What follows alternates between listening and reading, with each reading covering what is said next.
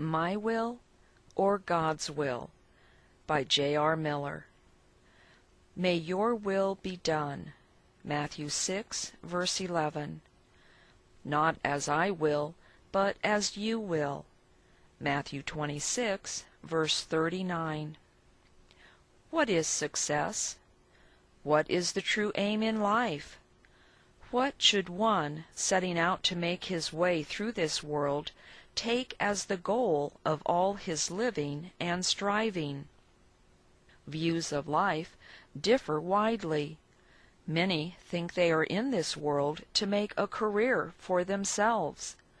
They set out with some splendid vision of success in their mind, and they devote their life to the realizing of this vision. If they fail in this, they suppose they have failed in life. If they achieve their dream, they consider themselves, and are considered by others, as successful. The world has no other standard of success.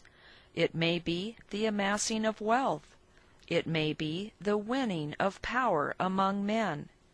It may be triumph of a certain skill, or genius in art, in literature, or in music. But whatever the definite object may be, it is purely an earthly ambition. The two elements in the life, according to this view, are that the career is one which the world honors, and that a man wins distinction in it. Applying this standard to life, only a few men are really successful. Great men are as rare as lofty mountain peaks. Only a few win the high places.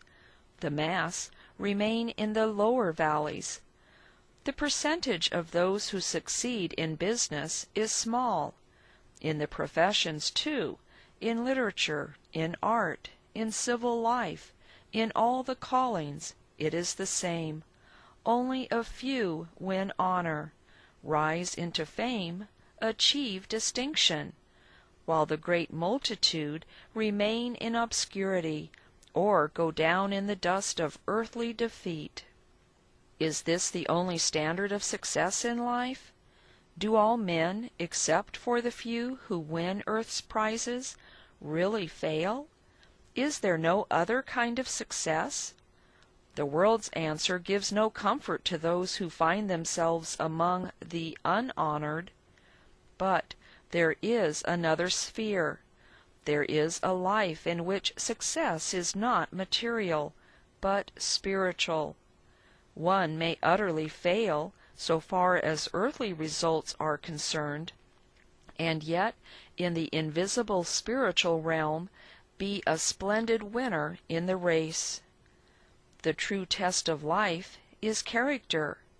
Everything else is extraneous, belonging only to the husk which shall fall off in the day of ripening. Character is the kernel, the wheat, that which is true and enduring.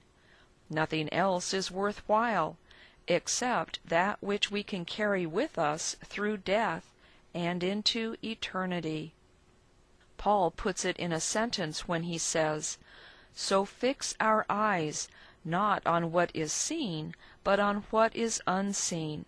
For what is seen is temporary, but what is unseen is eternal." 2 Corinthians 4, verse 18. It is altogether possible that a man may fail of winning any earthly greatness, any distinction among men, anything that will immortalize him in this world's calendars, and yet he be richly and nobly successful in spiritual things, in character, in a ministry of usefulness, in things which shall abide when mountains have crumbled into dust. It is possible for one to fall behind in the race for wealth and honor, and yet all the while to be building up in himself an eternal fabric of beauty and strength. Here is a man who at midlife is a physical wreck. He has dropped out of the ranks and fallen far behind those who at the first were his comrades. He is a hopeless invalid. The other day the physician said that he will never get any better. He may live for many years, yet there is nothing before him but pathetic invalidism. Shall we say that this man's life is a failure because of his physical condition, which has put a stop to all efforts and compels him to sit with folded hands in the shadows, watching busy men at their tasks as they continue to win honor and success? No, his life need not be a failure. He has lived nobly all his years. There is not a stain upon his name. He has been building up in himself a character in which the Beatitudes shine: loveliness, meekness, hunger for righteousness, mercifulness, purity of heart, the peacemaking spirit.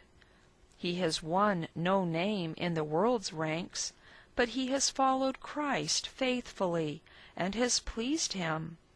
He has lived a life of love, too, love which has expressed itself not merely in word, but in countless ministries of grace to those who have turned to him for sympathy and help.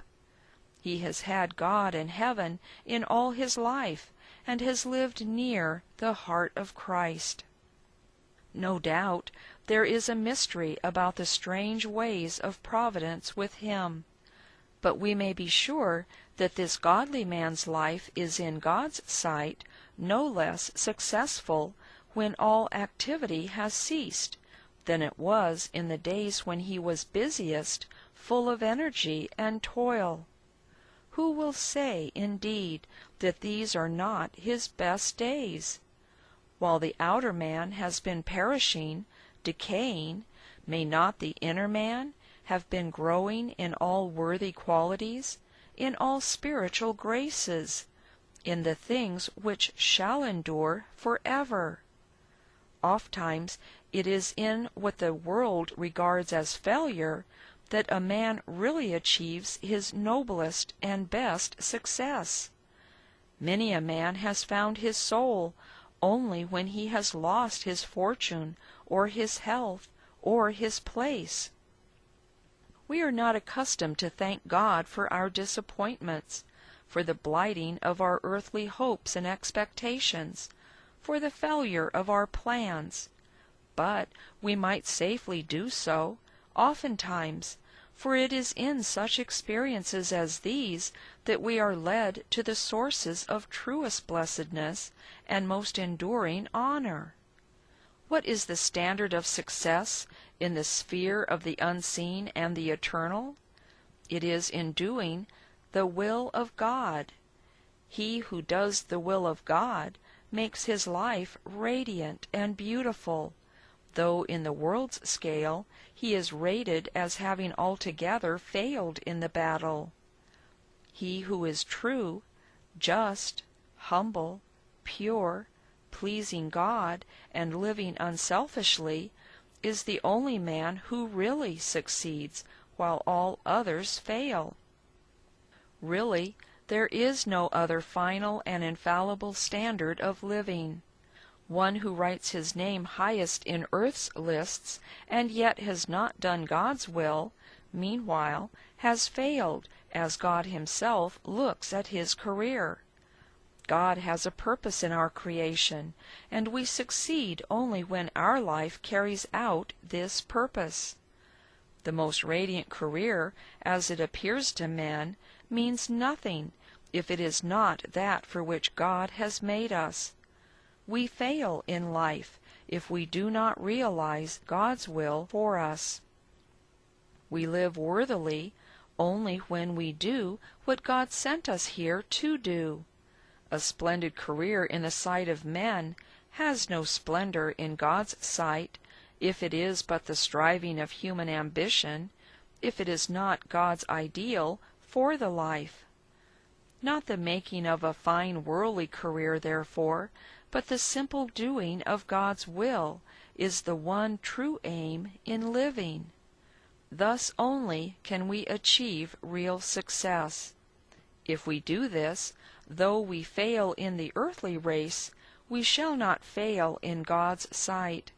We may make no name among men, may raise for ourselves no monument of earthly glory, but if we please God by a life of obedience and humble service, and build up within us a character in which divine virtues shine, we shall have attained abiding success. The only way, therefore, to make our life nobly and truly successful is to devote ourselves to the doing of God's will. It is not the things we want to do that are the best, but the things God would have us do. Ofttimes these may be things which to our thought it is scarcely worthwhile to do, and the turning aside from our fine schemes and conspicuous efforts to attend to these trivialities may appear to be a wasting of talent and time. But always God's will is the grandest thing we can find to do in all the world, though it is in men's eyes the lowliest task our hands can do. An autobiographical passage in the life of Norman MacLeod illustrates this. "My life," he says, "is not what I would have chosen. I often long for quiet, for reading, and for thought. It seems to me to be a very paradise to be able to read, to think, go deep into things, to gather the glorious riches of intellectual culture. But God, in His providence, has forbidden this to me. I must spend hours in receiving people who wish to speak to me about all manner of trifles. I must reply to letters about nothing. I must engage in public work on everything. I must employ my life on what seems uncongenial, vanishing, temporary, wasteful. Yet God knows me better than I know myself. He knows my gifts, my abilities, my failings, and my weakness, what I can do and what I cannot do.